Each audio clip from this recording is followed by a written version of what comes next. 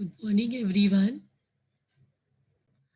In the last lecture, I have explained you the introduction to this chapter, accounting of transactions of foreign currency.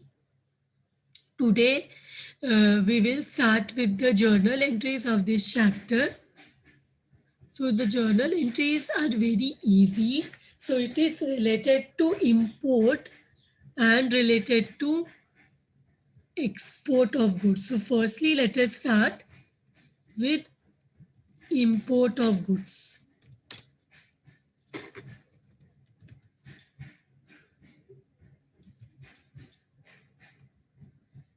Now tell me, when import is done, so the first transaction will be purchase of goods or raw material. Now this can be import. Purchase means now when you purchase goods from outside the boundaries of the country, from some other country, it is known as import. So import is nothing but purchase only. But here when you say import of goods, this says that you have purchased the goods from an other country.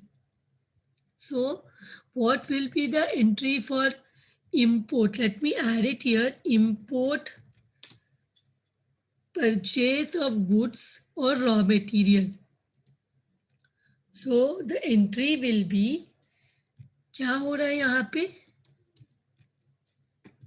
जब भी when we purchase something, we debit the purchase account.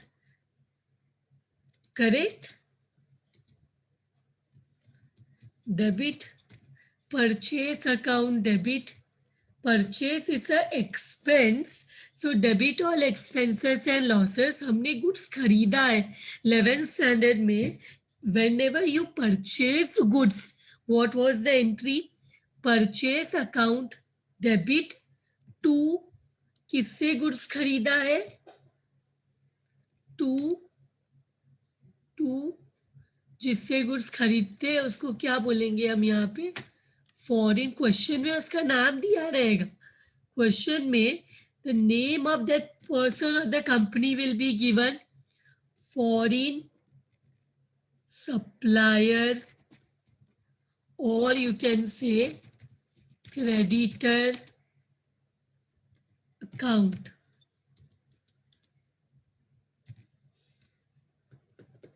This, ये purchase को और अच्छे से समझने के लिए हम इंपोर्ट परचेज भी बोल सकते हैं, या सिर्फ परचेज बोलेंगे तो भी चलेगा. तो इंपोर्ट परचेज अकाउंट और परचेज अकाउंट भी सिर्फ बोलोगे तो भी चलेगा. Account debit to foreign supplier और क्रेडिटर अकाउंट. क्यों फॉरेन सप्लायर? बिकॉज जिससे हम गुड्स खरीद रहे हैं वो फॉरेन कंट्री में सिचुएटेड है, therefore it's a import purchase. So to import to foreign supplier account. So this is the first entry for import purchase of raw material. अब goods purchase तो कर लिया. पहला हम क्या करते हैं, अगर इंपोर्ट के लिए हमारा क्वेश्चन है तो पहला एंट्री हमेशा परचेज का रहेगा. ट्रांजैक्शन प्लेस किया, लेकिन हमने सेम डे पेमेंट नहीं किया है. अब नेक्स्ट एंट्री रहेगा हमारा, the next entry now will be for the payment for import purchase. Next entry will be for payment. अभी तक कोई confusion है ये entry में? Do you have any doubt here? हमने क्या किया? Import purchase या सिर्फ purchase account debit to creditor account, because हमने उधार में खरीदा है. Correct? So this is done. Now our second entry will be payment for import purchase, जो हमने परचेस किया है हमें उसका पेमेंट करना है, तो पेमेंट करेंगे तो money will come in or money will go out? Tell me, when we are making payment money will come in or money will go out? जब हम इंपोर्ट करते हैं तो पैसा आता है या पैसा बाहर जाएगा? See in import the money will go out, so किसको मिलेगा? Who will receive this amount? Who will receive this amount? Foreign supplier will receive this amount. किसको पैसा मिलेगा? आप फॉरेन सप्लायर भी बोल सकते हो, क्रेडिटर भी बोल सकते हो। क्वेश्चन में 99% time the name of this person will be given और द कंपनी जिससे हम इंपोर्ट करते हैं वो दिया रहेगा। नाउ किसको पैसा दे रहे? वी आर गिविंग मनी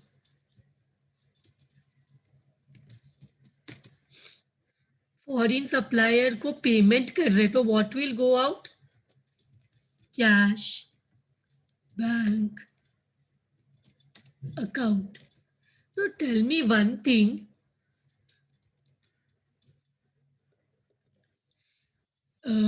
आज जिस दिन हमने इंपोर्ट किया उस दिन, जिस दिन हमने ऑर्डर प्लेस किया उस दिन exchange rate for example $1 is 50 rupees. Exchange rate of dollar and rupees was $1 equal to 50 rupees. आज हमने जो पेमेंट किया तो क्या उस दिन भी फॉरेन करेंसी डॉलर और रुपीज का वैल्यू सेम रहेगा?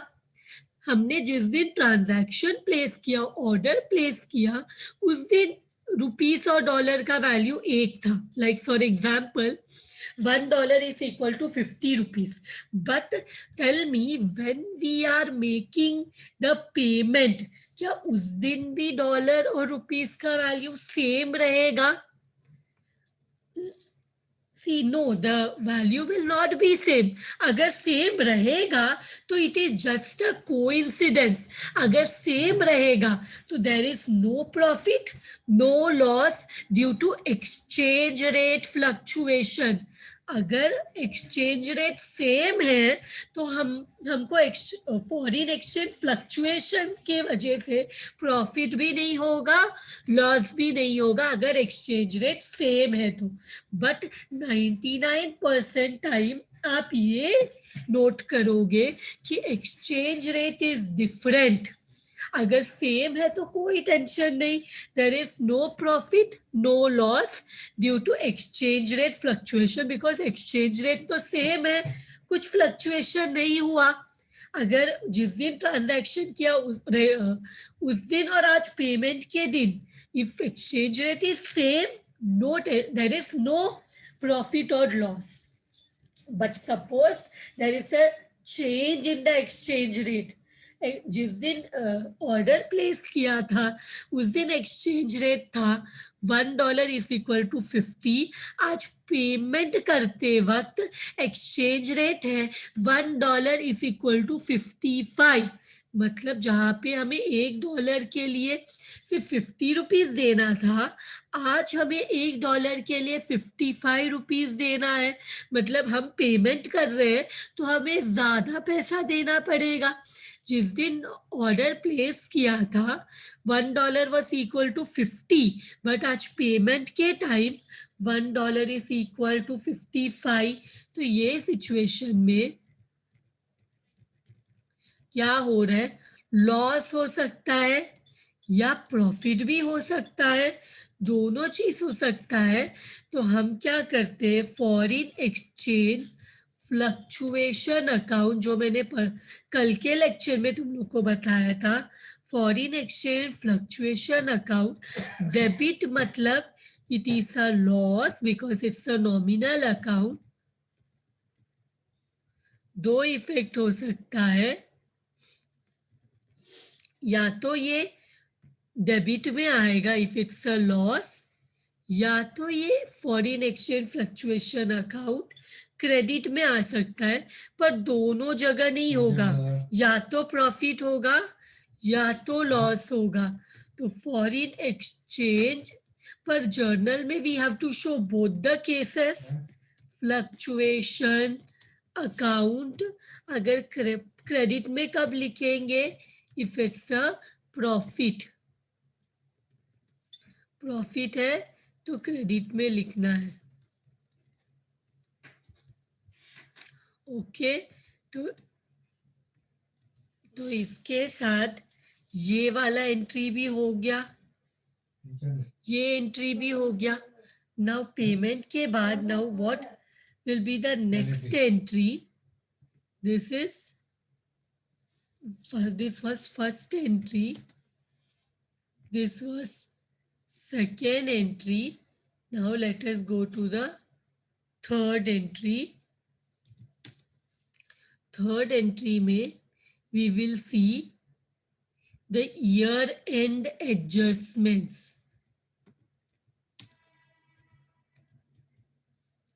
इसको हम लोग बोलते हैं year end adjustment.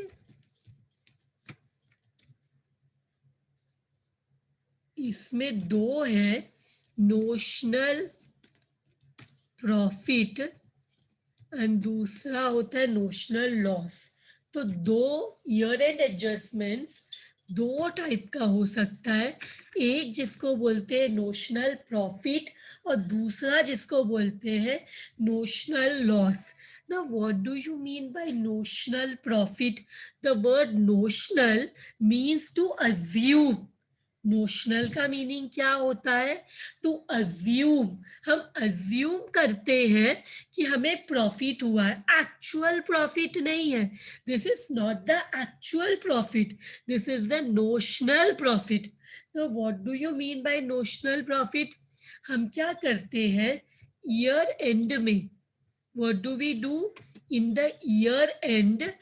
We suppose for example मैंने 1 लाख का इंपोर्ट किया, 1 लाख का रॉ मटेरियल इंपोर्ट किया, तो मैंने पूरा 1 लाख एक ही बार में पे नहीं किया। मैंने क्या किया, मैंने अभी तक $75,000 पे किया और अभी भी मुझे $25,000 का पेमेंट करना बाकी है। तो मैं ये $25,000 का payment after the year and करती हूँ। मैं इसका पेमेंट कब करने वाली हूँ? ईयर एंड के बाद। तो ईयर एंड में अगर कोई भी पेमेंट या रिसीट, मतलब कोई भी इंपोर्ट ट्रांजैक्शन या एक्सपोर्ट ट्रांजैक्शन के ऊपर पैसा पे करना या रिसीव करना बाकी है, तो हम लोग क्या मानते हैं? हम लोग मानते हैं कि ईयर एंड में जो भी ईयर एंड में एक्सचेंज रेट है, ईयर एंड में जो भी एक्सचेंज रेट है $1 का, क्या जो भी वैल्यू है रुपीस के कंपैरिजन में, हम वो रेट के हिसाब से मानते हैं कि हमने क्या किया, जो 25,000 पे करना बाकी था वो हमने पे कर दिया, वो हमने क्या कर दिया, पे कर दिया, वो हमने पे कर दिया। तो हमें क्या हो रहा है, प्रॉफिट हो रहा है या लॉस हो रहा है? जैसे फॉर एग्जांपल ईयर एंड में एक्सचेंज रेट है $1 is equal to 45। Exchange rate क्या है? $1 इज इक्वल टू 45। और जब हमने इंपोर्ट किया था तब $1 था 50 रुपीज। जब हमने इंपोर्ट किया तो $1 था 50 रुपीज। और जब आज ईयर एंड है तो आज $1 है 45 रुपीज। आज $1 कितना है? $1 इज 45 रुपीज। और जिस दिन हमने इंपोर्ट किया था उस दिन $1 वॉज 50 रुपीज। तो हम अज्यूम करेंगे कि आज हम ये 25,000 भी पे करते हैं। ईयर एंड में हम क्या करते हैं, ये 25,000 जो पेंडिंग है पे करना, वो हमने पे कर दिया। पे कर दिया तो एक्सचेंज रेट क्या है? एक्सचेंज रेट जो है वो हमने अज्यूम किया है कि हमने पे किया, एक्चुअल में पे नहीं किया। तो जब हमने खरीदा था, इंपोर्ट किया था, $1 वॉज 50 रुपीज। आज ईयर एंड में $1 इज 45 रुपीज।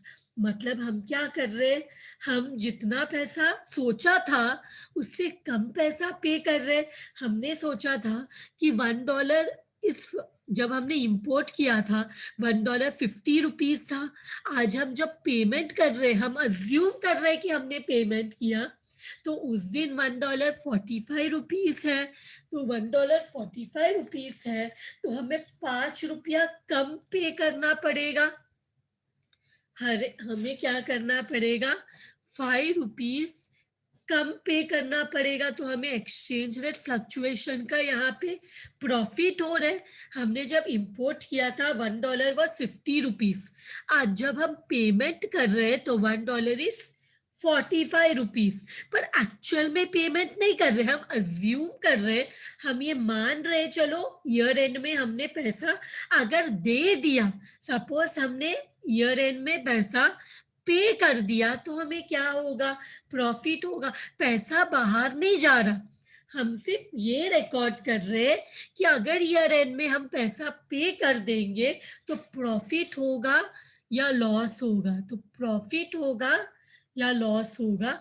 अब हम लोग प्रॉफिट का एंट्री पास करते हैं। Let us pass the entry for profit.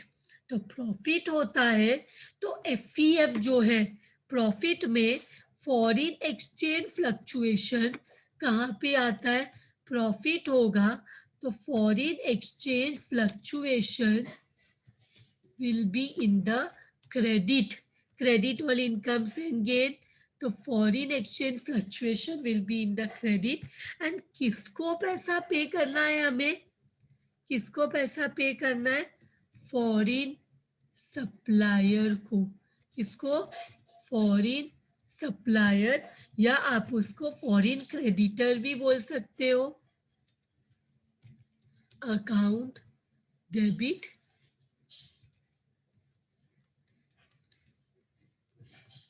this is the entry for notional profit। this is the entry for notional profit। अब ईयर एंड में एक और चीज हो सकता है, क्या हो सकता है वो, notional loss। one more thing can happen, that is notional loss, that is notional loss। now what do you mean by notional loss, हम ईयर एंड में अज्यूम करते हैं, हम ईयर एंड में क्या मानते हैं कि हम अगर पैसा पे कर देंगे, एक्चुअल में पे नहीं करते क्योंकि पैसा बाहर नहीं जा रहा, कैश बैक नहीं है इधर, बट हम मानते हैं अगर ईयर एंड में हम ईयर एंड के एक्सचेंज रेट के हिसाब से हमारा जो पेंडिंग अमाउंट है, जो अभी तक हमने पे नहीं किया, अनपेड अमाउंट है, इंपोर्ट का जो पैसा हमने अभी तक पे नहीं किया, अगर उसको हम पे कर देंगे तो हमें नोशनल प्रॉफिट होगा या नोशनल लॉस होगा। नोशनल लॉस मतलब क्या, हमने जब इंपोर्ट किया था $1 था 50 रुपीज। आज हम अगर ईयर एंड का रेट है 55, हमने इंपोर्ट किया था तो इट वाज 50 रुपीज। आज ईयर एंड का रेट है 55, मतलब 5 रुपीज और पैसा एक्सचेंज रेट बढ़ गया। तो अगर आज हम पैसा पे करते थे तो हमें लॉस होता, लॉस होगा तो फॉरेन एक्सचेंज लॉस होगा, तो foreign exchange fluctuation account, foreign exchange fluctuation account will be debit, foreign exchange fluctuation account will be debit। और किसको, ये हम क्रेडिट किसको करेंगे, ये पैसा किसको पे करना है, हमें किसको पे करना है, फॉरेन सप्लायर, या उसको क्रेडिटर बोलोगे तो भी चलेगा। So this is the entry for notional loss. This is the entry for notional loss. Notional loss. Now one more entry, क्या होता है ईयर एंड में हम क्या करते हैं, FEF अकाउंट। FEF अकाउंट किसको बोलते हैं, फॉरिन एक्सचेंज फ्लक्चुएशन अकाउंट को। तो यहाँ पे fourth one, transfer the balance of FEF account. तो हमें क्या करना है, फॉरिन एक्सचेंज फ्लक्चुएशन अकाउंट का, तो यहाँ पे दो रहेगा, एक तो प्रॉफिट होगा, एक तो प्रॉफिट का बैलेंस ट्रांसफर होगा और दूसरा लॉस का। तो अगर प्रॉफिट होगा तो क्या रहेगा मैं बताती हूँ। FEF account is a nominal account. Nominal account का क्या रूल है, अगर डेबिट ज्यादा है मतलब लॉस ज्यादा है, लॉस ज्यादा है तो it is a loss, expense ज्यादा है, डेबिट ज्यादा है मतलब debit all expenses and losses. और FEF अकाउंट नॉमिनल अकाउंट है, इसका अगर क्रेडिट ज्यादा है, अगर इसका क्रेडिट ज्यादा है मतलब क्या होगा, क्रेडिट ज्यादा है मतलब it will be a profit. अब FEF अकाउंट में अगर क्रेडिट ज्यादा है, FEF अकाउंट का अगर क्रेडिट ज्यादा है तो डिफरेंस किधर आता है, डिफरेंस डेबिट में आता है। ये तुम लोगों को मैं लेक्चर में एक्सप्लेन करती हूँ। I'll explain you with the help of a ledger. तो suppose for example credit FEF के डेबिट साइड में क्या होगा, डेबिट साइड में होगा एक्सपेंसेस, एक्सपेंसेस एंड लॉसेस, और क्रेडिट साइड में क्या होगा, इनकम एंड गेन। अब अगर क्रेडिट ज्यादा है, क्रेडिट साइड ज्यादा है, तो हमारा क्रेडिट साइड अगर ज्यादा होगा तो डिफरेंस किधर आएगा, अगर प्रॉफिट है मतलब क्रेडिट ज्यादा है, FEF का अगर प्रॉफिट है मतलब क्रेडिट ज्यादा है, तो डिफरेंस किधर आएगा, difference will come in the debit. तो हमारा जो भी डिफरेंस है, बैलेंस है, उसको हम किधर ट्रांसफर करते हैं, to profit and loss account. जो भी डिफरेंस रहेगा वो प्रॉफिट एंड लॉस अकाउंट में जाएगा। तो प्रॉफिट मतलब क्या है, FEF अकाउंट का डिफरेंस जो है किधर आता है, डेबिट में आता है। डिफरेंस जो है वो किधर आता है, डेबिट में। लेजर ये कौन सा अकाउंट है, ये कौन सा अकाउंट है, ये अकाउंट को हम बोलते हैं FEF account, foreign exchange fluctuation account. तो हम लोग जब लेजर से जर्नल बनाते हैं तो FEF के डेबिट में है ये, तो डेबिट में आएगा फॉरिन एक्सचेंज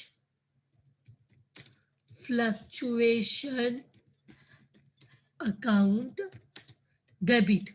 और जो ये क्या है, ये है इनकम है, ये प्रॉफिट है। तो प्रॉफिट किधर आता है, प्रॉफिट एंड लॉस अकाउंट में। प्रॉफिट PNL अकाउंट के क्रेडिट साइड में आएगा, PNL अकाउंट के कौन से साइड में आएगा, क्रेडिट साइड में। तो अगर प्रॉफिट है तो ये एंट्री आएगा, प्रॉफिट का क्या एंट्री आएगा, क्योंकि FEF अकाउंट का क्रेडिट ज्यादा होगा तो डिफरेंस डेबिट में आएगा। तो एंट्री हमेशा प्रॉफिट और लॉस बैलेंस का एंट्री हमेशा ऑपोजिट होता है। नॉर्मली हम बोलते हैं जब भी इनकम होता है FEF में तो क्रेडिट में रहता है, बट जो क्लोजिंग बैलेंस है, profit is a closing entry. तो क्लोजिंग एंट्री और transfer entry will always be in the opposite. तो FEF प्रॉफिट रहेगा तो डेबिट में आएगा, और ये प्रॉफिट किधर जाएगा, प्रॉफिट एंड लॉस अकाउंट के क्रेडिट साइड में। किधर जाएगा, प्रॉफिट एंड लॉस अकाउंट के क्रेडिट साइड में। नेक्स्ट एंट्री रहेगा हमारा इफ, ब्रैकेट में लिखते हैं इफ लॉस। अगर लॉस रहेगा लॉस किधर आता है? लॉस और एक्सपेंसेस P&L अकाउंट के डेबिट साइड में आता है। लॉस एंड एक्सपेंस किधर आता है? P&L अकाउंट के डेबिट साइड में आता है। और अगर लॉस होगा तो क्या ज्यादा रहेगा? लॉस होगा तो FEF अकाउंट का क्रेडिट साइड ज्यादा रहेगा। सॉरी, लॉस होगा तो डेबिट साइड ज्यादा रहेगा। Debit all expenses and losses. अगर लॉस होगा, ये प्रॉफिट है मतलब इधर आता है। प्रॉफिट किधर आते हैं? इधर। और लॉस मतलब क्या? डेबिट ज्यादा है तो डिफरेंस किधर आएगा? डिफरेंस क्रेडिट में आएगा। और ये क्रेडिट को भी हम बोलेंगे by profit and loss account. Bracket में लिख सकते हैं दिस इज अ लॉस। तो लॉस मतलब FEF अकाउंट के क्रेडिट साइड में आया है, तो यहाँ पे लिखेंगे टू फॉरेन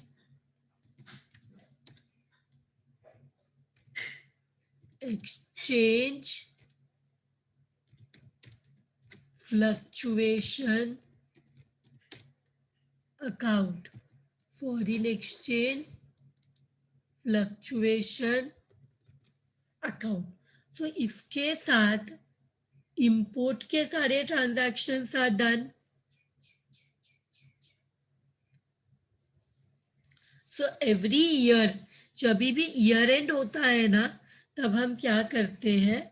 हम FEF अकाउंट प्रिपेयर करते हैं। बिकॉज नॉमिनल अकाउंट का ओपनिंग क्लोजिंग बैलेंस नहीं होता, तो जितने ईयर का ट्रांजैक्शन उतने बार हम क्या करेंगे? FEF अकाउंट बनाएंगे और उसका बैलेंस को ईयर एंड में प्रॉफिट एंड लॉस अकाउंट में ट्रांसफर करेंगे। This is done. यार वन मोर थिंग हम कर सकते हैं। Payment last entry, payment to foreign supplier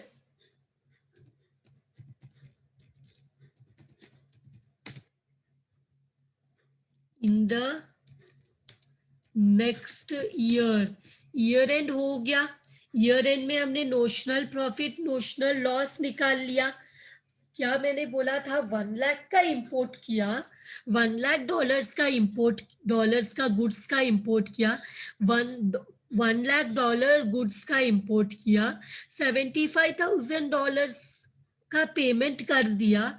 अब $25,000 का पेमेंट करना बाकी है, तो हमने नोशनल प्रॉफिट नोशनल लॉस निकाल लिया। अब हम क्या करेंगे? हमारे हिसाब से क्या है? 50 रुपीज में खरीदा था, $1 वॉज इक्वल टू ₹50। अब पेमेंट करते वक्त $1 हमने नोशनल प्रॉफिट में क्या देखा कि $1.45 का हो गया, तो हमने ₹5 का प्रॉफिट का एंट्री पास किया। अब नेक्स्ट ईयर में हमें क्या करना है? 50 से कंपेयर नहीं करना है। ईयर एंड का जो हम लोग एक बार नोशनल प्रॉफिट या नोशनल लॉस का एंट्री पास करते हैं, तो उसके बाद हम जो एक्सचेंज रेट को कंसीडर करेंगे वो हमेशा रहेगा ईयर एंड का रेट। वो क्या रहेगा? ईयर एंड का रेट। अब $25,000 का पेमेंट करना है, तो पेमेंट करना है तो पेमेंट करेंगे तो पैसा बाहर जाएगा, लेकिन किसको मिलेगा? Who will get the money? Who will get the money? Foreign, उसका नाम who will get the money? Foreign supplier will get the money. Foreign supplier या क्रेडिटर भी बोल सकते हो। डेबिट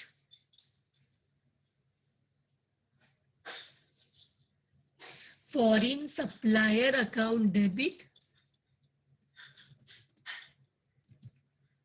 टू पे करेंगे तो व्हाट विल गो आउट? पे करेंगे तो cash bank will go out. Now अगर हमें प्रॉफिट हुआ तो हम क्या करेंगे? ईयर एंड में अगर हमें प्रॉफिट हुआ तो हम यहाँ पे लिखेंगे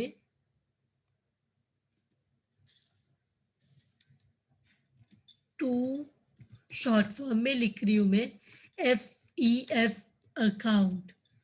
अगर हम लोग पे करते वक्त सपोज ईयर एंड का रेट था $1 इज इक्वल टू 45 रुपीज, और अभी हम जब पे कर रहे तो $1 इज इक्वल टू 40 रुपीज, तो हमें कम पैसा देना पड़ रहा है, तो इट इज अ प्रॉफिट।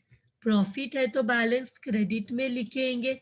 लेकिन अगर सपोज फॉर एग्जाम्पल हम ईयर एंड में रेट था 45, लेकिन आज पेमेंट करते वक्त रेट है 50 रुपीज, तो हमें 5 रुपया एक्स्ट्रा देना पड़ेगा, तो हमें लॉस हो जाएगा। तो हम दोनों, जब जर्नल एंट्री में बता रही हूँ तो I will have to show both loss also and profit also. So दोनों हो सकता है, प्रॉफिट भी हो सकता है, लॉस, आई मीन दोनों में से कुछ एक होगा, या तो प्रॉफिट होगा या तो लॉस होगा। पर दो एक ही ट्रांजैक्शन में प्रॉफिट एंड लॉस दोनों नहीं हो सकता, या तो प्रॉफिट होगा या तो लॉस होगा, या तो no profit no loss. With this import transactions are done, import transactions are done. So हम क्या करेंगे अभी, आज के लिए this many journal entries are sufficient. In next lecture, what we will do the journal entries of export also. हम export का भी journal entries करेंगे in the next lecture. With this, now I end my lecture of today. Today's lecture is done. Thank you, everyone.